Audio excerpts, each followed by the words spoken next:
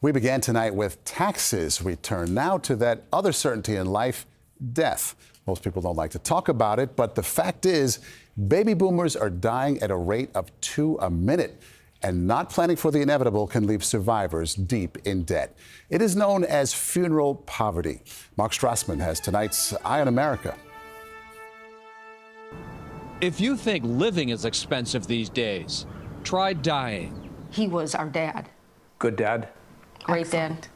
Great dad. We met Mary Wenzel and Christine Gabriel, grieving sisters outside Chicago. Their father, George Gabriel, was 85 when he died last August. The retired truck driver had no savings and no life insurance they could collect. Did you talk to your dad about dying? Not once. Not once? Not once. You don't want to, because then you know the end is near. They showed us the bill for what they thought was his modest funeral, organized after he died. It was more than $12,000. And do you have the money? No, absolutely not. At the time, I lost my father and lost my job on the same day. For many families, planning a funeral is like planning a wedding, except they only have a few days. And it gets expensive. Nationally, the median cost of a funeral, including casket and burial, is more than $8,000. It is a difficult subject. Near Raleigh, North Carolina, Sarah Williams is president of the Funeral Consumers Alliance, an educational nonprofit. Once a month, she hosts one of these get-togethers. They're called death cafes. Hey, one day you are going to die, so you better talk about it now and face that fact. Of the 30 people here, about half said this moment was a first. They were now beginning to talk about the end.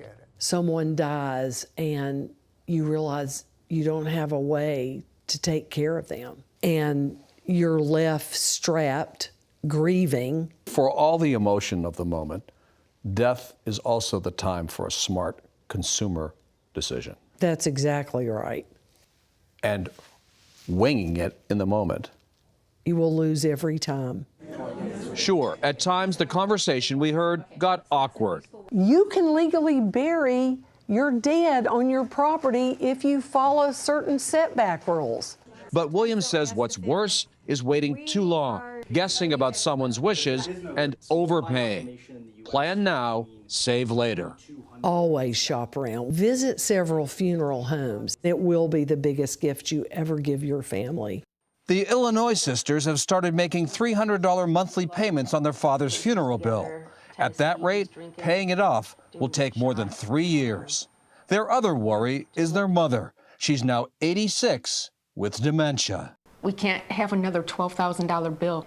So your advice to other people would be what?